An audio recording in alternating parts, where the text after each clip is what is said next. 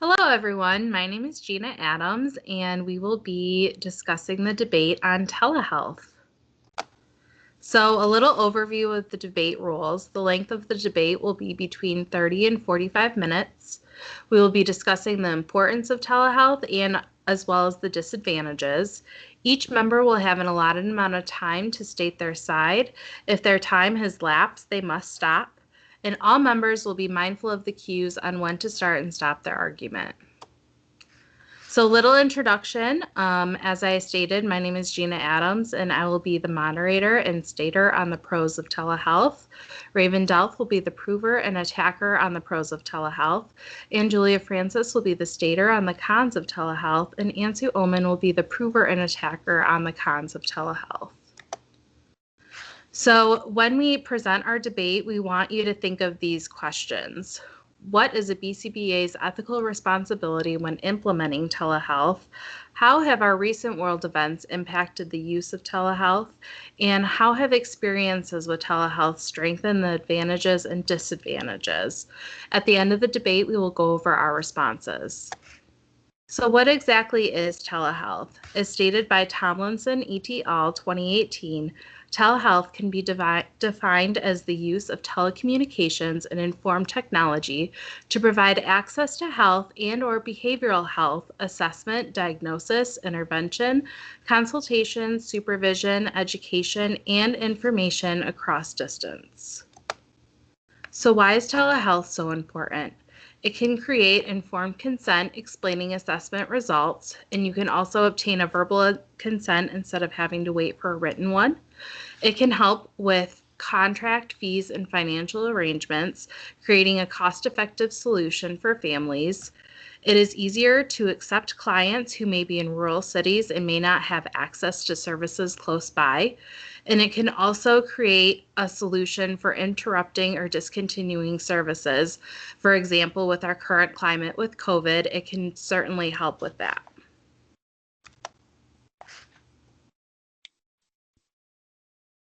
For the con side, some of the VCBA ethical codes used to debate the con argument for telehealth will be discussing maintaining and discussing the limits of confidentiality, treatment and intervention efficacy, choosing a model and or service delivery method, and accepting clients. In the area of maintaining and discussing the limits of confidentiality, there's a primary security risk of unauthorized access to protected health information that is subject to HIPAA laws concerning the use of telehealth during ABA services. A secondary risk involves the use of smartphones and tablet applications that share information with third parties and advertisers that the user may not be aware of. And third, individuals who have disabilities that require assistance with technology from a third party may have their right to privacy infringed upon with the use of telehealth.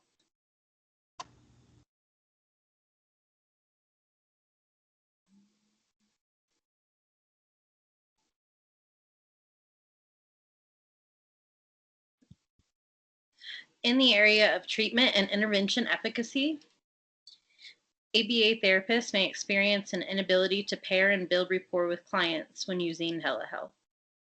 BCBAs will have the extra challenge of building programs and plans that need to be modified to suit the telehealth instruction model. Connectivity issues may affect treatment fidelity and may lead to ineffective treatments. And when telehealth is used for treatment with ABA services, skills were not found to be maintained or generalized across environments. In the area of choosing a service delivery method, natural environment teaching, as the need for behavior modification occurs, is more influential and effective with in-person treatments. In-person services allow caregivers to have an opportunity for a break to engage in self-care, have one-on-one time with other children, and pay attention to other responsibilities. In-person services allow therapists to pair, bond, and gain instructional control during sessions. And telehealth may present problems with caregivers because they may not have the time to sit down for a 3 or 4 hour session with a client for ABA services. Finally, In the area of accepting clients, it is not clinically appropriate or safe for all individuals to receive services via telehealth. For example, high intensity behavior, or if a client does not have prerequisite skills that are necessary to acquire the new skill, that could present a problem. And there's also an inability to build the necessary rapport to gain instructional control via telehealth. When it comes to the use of telehealth being effective, one thing that it can help is informed consent. Through telehealth, parents can be effectively trained in behavior treatment interventions. Parents are also more informed on the practices and procedures and therefore are able to make a better informed decision when it comes to treatment plans involving their child or loved one. Telehealth also allows for more frequent meetings with parents. Telehealth is also able to make the process a lot simpler because BCBAs and RBTs are allowed to get verbal consent rather than written consent from the families, allowing easier access and change in intervention plans. Contracts, fees, and financial arrangements. The cost of ABA can be very high to families, and telehealth offers a cost-effective solution to these families. In this graph, you can see a comparison of in-home therapy, clinic telehealth, and home telehealth in the cost of staff, facilities, and family cost. The lightest color on the top is the cost for families, and you can see that it is significantly decreased. You can also see that the staff cost significantly decreases, which will allow companies who may not be able to provide services because of cost that ability to provide services for more clients. This is another breakdown of the cost, and it actually gives you a dollar amount. You can see the in-home versus telehealth versus, or clinical telehealth versus home telehealth, and you can see that the family cost is significantly lowered, and this would allow families who otherwise would not be able to receive services that ability. Accepting clients. So Monlix et al. Discussed the fact that distance makes it harder for families to find qualified behavioral analysts. The travel time to schools or for home for behavioral analysts can be a big challenge, and telehealth can help to bridge this gap. In a study done with 2 to 6-year-olds, parents were taught using telehealth how to implement functional behavioral treatment plans. And this study showed that parents were able to implement these treatment plans, and that resulted in a decrease in the client's problem behaviors, as well as an increase in their functional communication. Tomlinson et al. Also did a systematic literature review comparing traditional ABA and telehealth. Their review showed significant improvements on problem behavior and social skills while using telehealth. The 2 studies compared in-person delivery methods, and the results suggested that telehealth was as effective as in the in-person model. Interrupting or discontinuing services.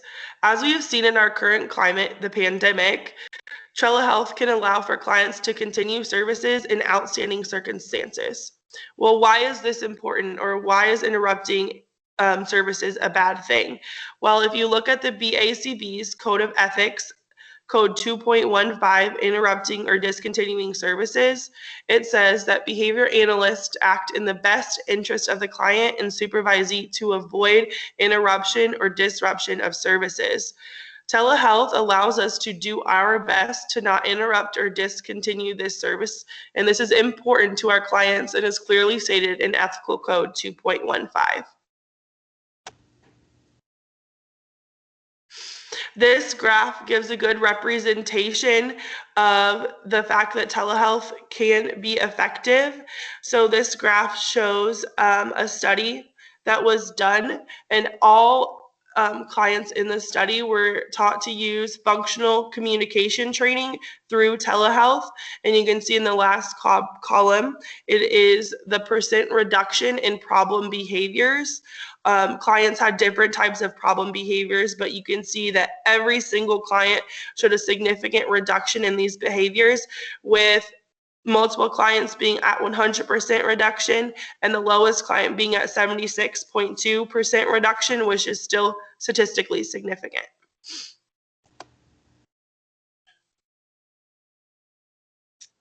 As Julia mentioned before, maintaining confidentiality is a major concern when providing services through telehealth.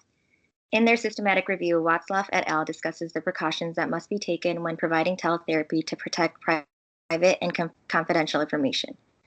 They reported that laptops, network servers, desktop computers, and other portable electronic devices made up 51% of sources that were affected by a security breach in the healthcare industry. In another review, Cruz et al. Examined the increased threat of cyber attacks, specifically in the healthcare. They discussed a cyber attack called ransomware, where patients' private files with confidential information were stolen from a hospital database and held ransom. The hacker was apprehended by authorities, but the hospital was still forced to pay $17,000 in fees to gain access to the patient files. When conducting services in person, it's much simpler and safer to protect private information. When doing an in-person model, sessions are done in a private room and records are safely locked away in a secure office setting. When conducting through telehealth, more precautions must be taken, such as making sure no unauthorized persons are present near the location where therapy is taking place. And individuals in rooms next door cannot hear contents of the session. This will be more difficult to control when conducting through telehealth. Another important issue when considering the ethical considerations of telehealth is treatment efficacy. Results in a study by McLaughlin and Carr examining the effects of building rapport found that low rapport led to increased problem behavior, including escape-related behaviors. By accepting new clients whom practitioners will only get to interact with virtually, it's much more difficult to build rapport with that client. This can lead to less productive therapeutic sessions, which would be difficult to intervene on through telehealth. On the next slide, we'll see a graph displaying the data from their research. The filled bars indicate when the session had to be terminated due to the problem behavior. As seen on the graphs, all sessions done with staff who had weaker rapport resulted in sessions being terminated, while staff who had higher rapport were able to finish sessions and complete more tasks, making it more productive and beneficial for the client. Another issue with telehealth will expectedly be dealing with technological errors. In their research, Lerman et al. Reports on the experiences of 18 practitioners who provided coaching via telehealth. One of the most common issues they ran into were caused by technical errors. One family was not able to access therapy for 9 weeks due to hardware issues, which was a major disruption to services. They reported about a study with a sample of 289 telehealth appointments that were disrupted by technological issues on an average of 25% of the time, which included sessions having to be canceled. They had issues with the internet connection as well as audio not being consistent, which can negatively impact how therapy is conducted. Another issue with treatment efficacy is the ability for skills to be maintained or generalized. In order for a treatment to be deemed truly effective, maintenance and generalization are key factors. In their study, Neely et al. Found that skill acquisition was high during telehealth, but the data for those skills being maintained and generalized varied and was not promising.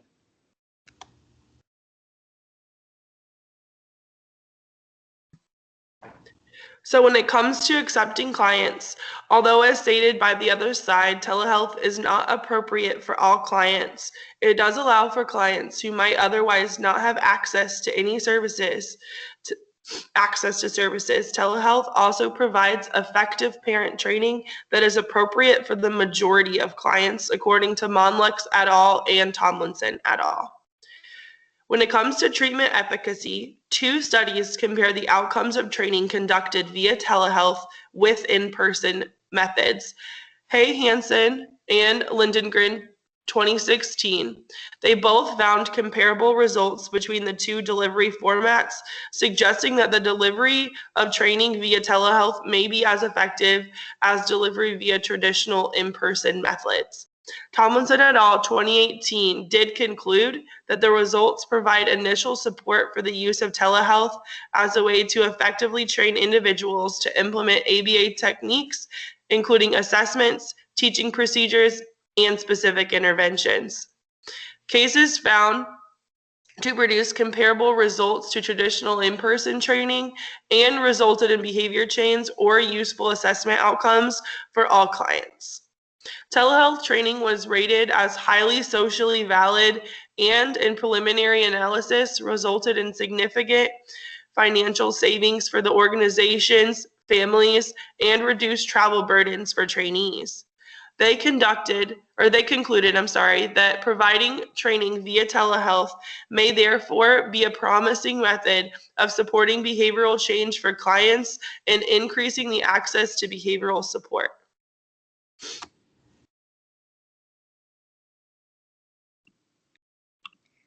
When discussing gaining informed written consent, in the article itself, the informed consent template was created to enhance and not replace written informed consent. And although practitioners will be able to accept clients from remote areas, data shows that building a relationship via telehealth and performing assessments is much more difficult via telehealth platform. Results from the article mentioned discusses a client who engaged in aggressive behaviors towards caregiver and property destruction was observed, which puts clients and caregivers in an unsafe situation.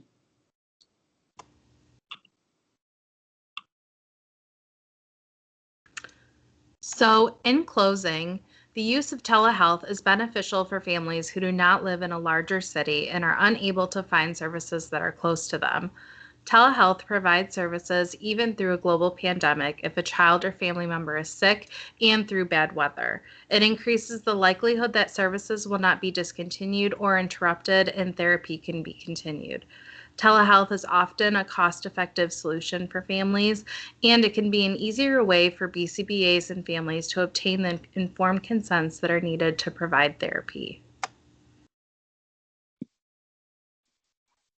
The closing arguments for the con side include the use of telehealth for ABA services poses threats to keeping personal health information in compliance with HIPAA regulations.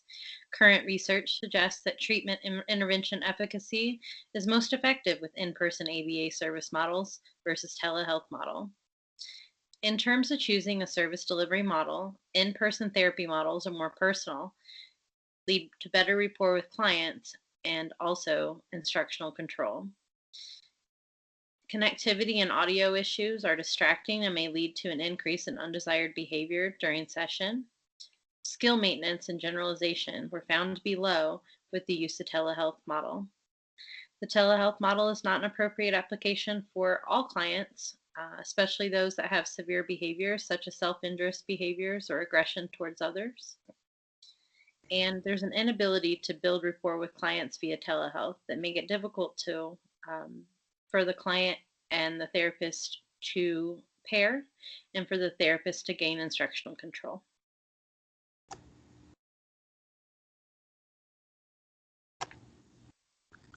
So we go back to the questions that were asked in the beginning.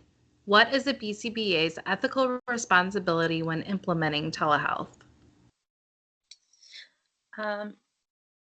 To uphold the professional and ethical compliance code for behavior analysts, operate under the do no harm principle for clients and staff, ensure that telehealth is the correct platform for offering services, and ensure that confidentiality is kept and all consents are obtained. How have recent world events impacted the use of telehealth? There's been an increase in the use of telehealth as a therapy option under this recent pandemic, which is a great option for individuals who are out of service area or if they can't come into an actual clinic to get therapy or if people are not allowed in their home, that's a great option for them if it's appropriate. So as more services are provided using remote capability, the connection and reliability and wireless infrastructure will need to be secure. And how have experiences with telehealth strengthened the advantages and disadvantages? Telehealth and ABA therapy will be instrumental and advantageous to some clients, while others will be unable to successfully utilize these therapy methods because of the disadvantages discussed in the debate today. For example, a 5-year-old verbal student that understands how to interact with technology may benefit from the use of telehealth and it could be used as a tool, whereas a 3-year-old that lacks verbal communication skills and the understanding of the technology may not have that same experience.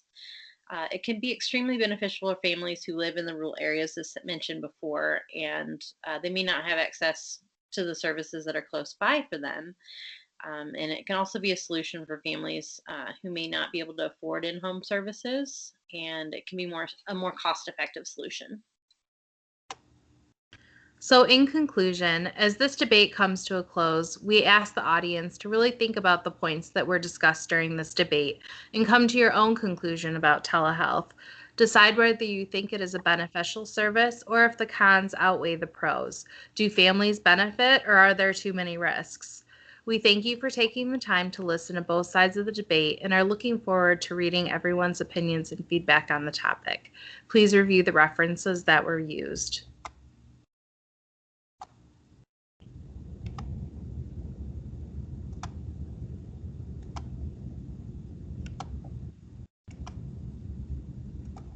Thank you. Thank you.